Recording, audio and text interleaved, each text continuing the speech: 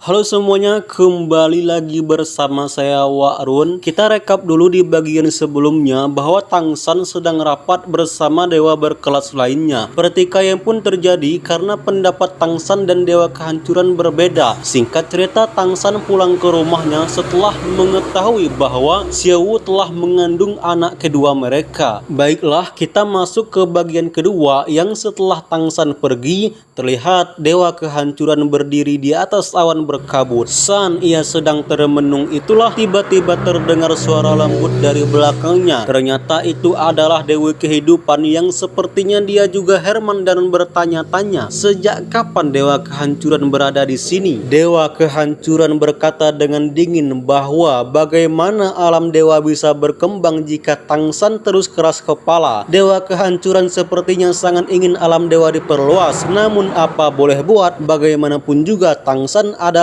raja dewa yang paling disegani di alam dewa ini. Namun menurut Samsul, Tangsan terlalu egois. Jika Tangsan enggan memperluas alam dewa karena aturan, lalu kenapa waktu itu dia membawa banyak orang dari alam bawah ke alam dewa? Bukankah itu termasuk melanggar aturan? Dewa kehancuran benar-benar tidak mengerti mengapa dewa laut dan dewa asura mempercayai seluruh alam dewa kepada Tangsan. Jika seandainya kedua dewa tersebut memilih dewa kehancuran, maka ia yakin alam dewa tidak akan seperti ini. Mendengar perkataan tersebut, Dewi Kehidupan menjelaskan, memang benar Tangsan membawa banyak orang ke alam dewa, namun tak dapat dipungkiri bahwa ada banyak juga orang berbakat di benua Dolo di zaman itu. Hal itu membuat dewa lain kagum, bahkan ingin mewarisi posisi dewanya. Dan ingat, saat Tangsan membawa banyak orang ke alam dewa, dia adalah dewa ganda, dan itu jelas memenuhi syarat untuk membawa banyak orang ke alam dewa. Meskipun membawa manusia biasa ada batasannya, namun tetap Tangsan memenuhi syarat. Terlebih,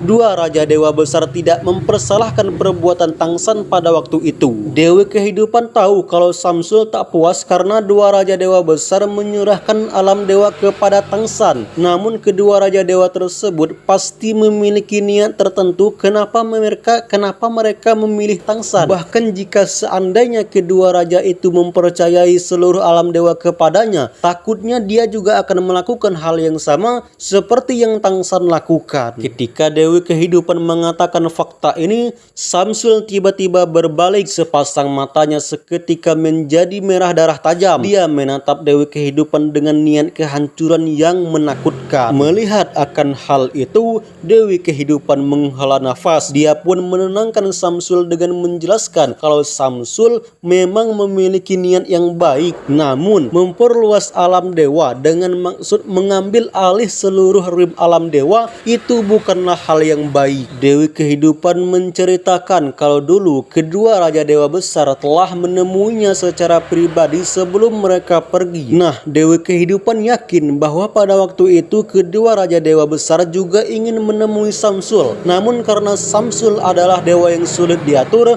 kedua raja dewa itu pun langsung pergi begitu saja. Setelah bercakap-cakap, Dewi Kehidupan terbang melayang ke Samsul. Dia menyuruh Samsul untuk tidak melakukan hal bodoh. Samsul mulai tenang. Dia membuka lengannya dan memeluk Dewi Kehidupan dengan lembut. Dengan suara rendah, Samsul berkata kalau dia hanya takut alam dewa dalam bahaya. Tangsan selalu mengatakan kalau alam dewa akan ada bencana besar. Namun sebagai dewa pelapor raib, mengapa mereka berdua tak dapat merasakan bahaya sedikit pun? Dengan suara lembut, Dewi Kehidupan berkata kalau dia sangat percaya bahwa Tangsan tidak mungkin berbohong. Terlebih dalam kondisi seperti ini, lebih baik mempercayainya agar bisa bertahan hidup lebih lama. Samsul mengangguk dan mulai mengalihkan percakapan.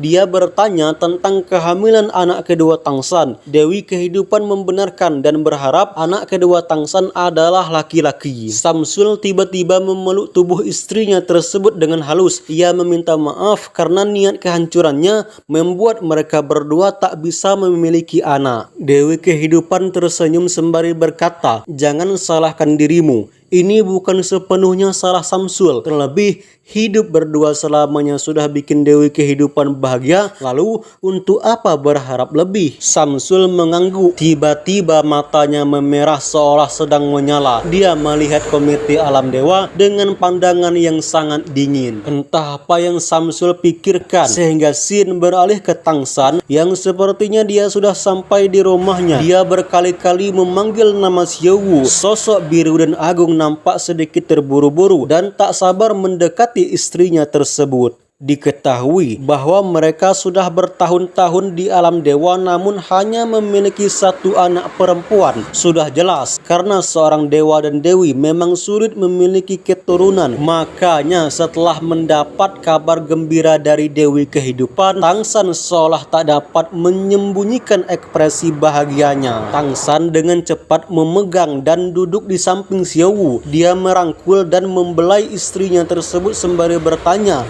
apakah ada yang tak nyaman? Jadi ceritanya Xiaowu sengaja menyembunyikan kehamilannya selama 2 bulan supaya kasih sayang Tangsan hanya jatuh kepadanya. Takutnya kalau Tangsan mengetahui Xiaowu hamil, dia malah lebih sayang dengan bayi yang dikandungnya. Emang agak lain, tapi ya begitulah. Di sini Xiaowu membuat 3 perjanjian. Pertama, Tangsan tidak boleh tidur satu ranjang bersamanya lagi. Xiaowu takut akan keganasan Tangsan. Takutnya saat sedang hamil seperti ini, Raja Dewa tersebut ingin tetap gas tiap malam. Tangsan bingung. Takutnya Xiaowu sendiri yang tak tahan dengan suaminya tersebut. Mengetahui akan hal itu, mata Xiaowu melebar, alisnya berdiri. Dia memukul kepala Tangsan. Perjanjian yang kedua, Tangsan harus mengikuti ucapan Xiaowu. Biarpun Raja Dewa tersebut melakukan hal yang menurutnya benar namun Xiaowu tidak mengizinkannya, maka Tangsan harus menurutinya. Tangsan lagi-lagi herman dengan ucapan Xiaowu. Bukankah selama ini ia selalu menuruti perkataan istrinya tersebut? Xiaowu pun marah. Alhasil Tangsan hanya bisa mengiyakan saja. Untuk yang ketiga, Xiaowu belum memikirkannya, namun dia akan memberitahu jika seandainya sudah dia pikirkan. Selesai bercanda, Tangsan mulai serius dan akan menjaga calon anaknya tersebut dengan baik karena bayi tersebut adalah generasi Raja Dewa yang akan mengendalikan alam dewa di kemudian hari.